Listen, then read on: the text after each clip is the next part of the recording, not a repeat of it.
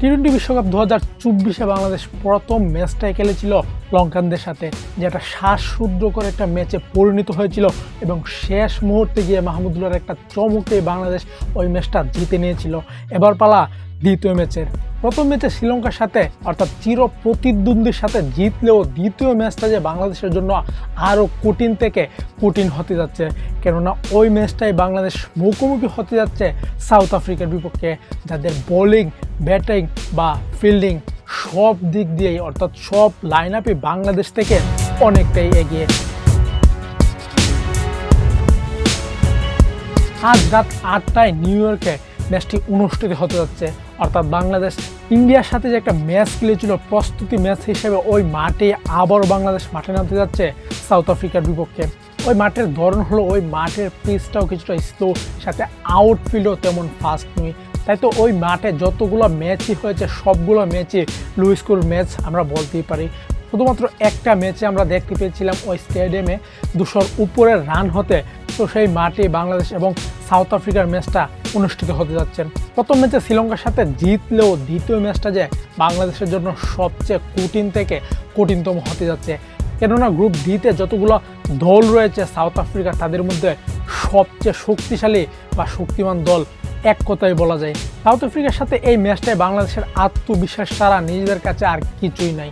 তো চলুন এক নজরে দেখে নেওয়া যাক সাউথ আফ্রিকা এবং বাংলাদেশের মধ্যকার এই ম্যাচটার প্রিভিউ অ্যান্ড প্রেডিকশন। বাংলাদেশ এই যাবৎকালে সব মিলে পুটিয়াদের সাথে খেলেছে 10টা টি-20 ম্যাচ, যেখানে বাংলাদেশকে হারতে হয়েছে 9টা ম্যাচেই। বুঝতেই পারছেন এই জায়গায় কত একটা বড় গ্যাপ রয়ে গেছে, অর্থাৎ সাউথ আফ্রিকা বাংলাদেশের তুলনায় কত বড় দল। বাংলাদেশকে এই ম্যাচটা জিততে হলে হয়তো বা নিজেদের সেরাটা দিয়ে খেলতে হবে, আর সাউথ আফ্রিকাকে নিজেদের ফাঁদে ফেলে এই ম্যাচটা বের করে আনতে হবে। যদিও এই ম্যাচে নিশ্চিতভাবেই ফেভারিট থাকছে সাউথ আফ্রিকা, তারপরও বাংলাদেশ এই ম্যাচটা নিয়ে একটু আশা দেখতেই পারে। এবার আসুন বিশ্বকাপে। বাংলাদেশ একটা ম্যাচ খেললো, সাউথ আফ্রিকা কিন্তু ইতিমধ্যে 2টা ম্যাচ খেলে নিয়েছে। প্রথম ম্যাচটা তারা খেলেছিল শ্রীলঙ্কার সাথে এবং দ্বিতীয় ম্যাচটা তারা খেলেছিল নেদারল্যান্ডসের সাথে।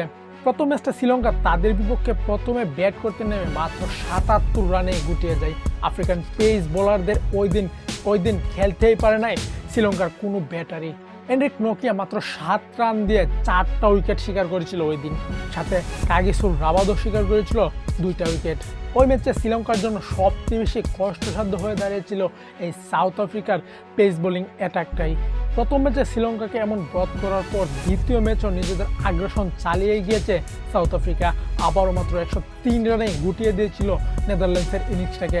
তো বোঝাই যাচ্ছেন এবারের বিশ্বকাপে সাউথ আফ্রিকার বোলিং লাইন আপ হয়ে উঠেছে এক প্রকার অপ্রতিরোধ্য। তাদের বিপক্ষে ভালো কিছু করতে হলে অবশ্যই আগে তাদের পেস বোলিংটাকে ঠিকঠাকভাবে খেলতে হবে বাংলাদেশকে। বাংলাদেশের যেই জায়গাতে সবচেয়ে বড় স্বস্তির জায়গা সেটা হলো বাংলাদেশের বোলিং লাইন আপ।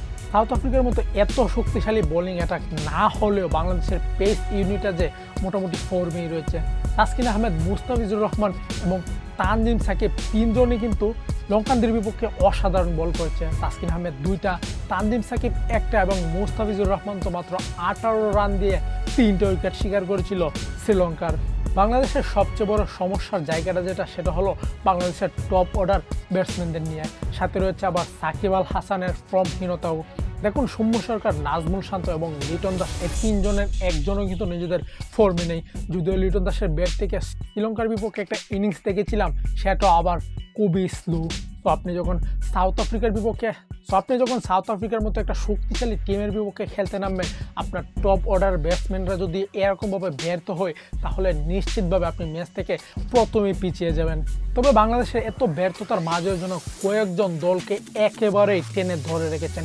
তার মধ্যে তাওহিদ হৃদয়, মাহমুদুল্লাহ রিয়াদ এবং রিশাদ হোসেনের কথা আমাদেরকে বলতেই হবে।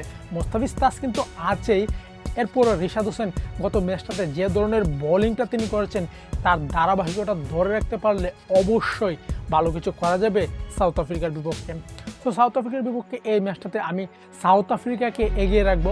ডেফিনেটলি বাংলাদেশকে এগিয়ে রাখার কোনো অপশনই নাই, কেননা দলটা যখন সাউথ আফ্রিকা, দলটা যখন একটা শক্তিশালী পেস ইউনিট আছে, সাথে একটা শক্তিশালী ব্যাটিং ইউনিট আছে, যারা যে কোনো সময় যে কোনো কিছু করে বসতে পারে, সেক্ষেত্রে সাউথ আফ্রিকাকে এগিয়ে রাখা ছাড়া কোনো উপায় নেই। তো আপনার প্রেডিকশনটাও বলে দিতে পারেন, আর ক্রিকেট নিয়ে কোন কোন ভিডিও দেখতে সেটাও আমাদেরকে জানিয়ে দিতে পারেন কমেন্ট বক্সে।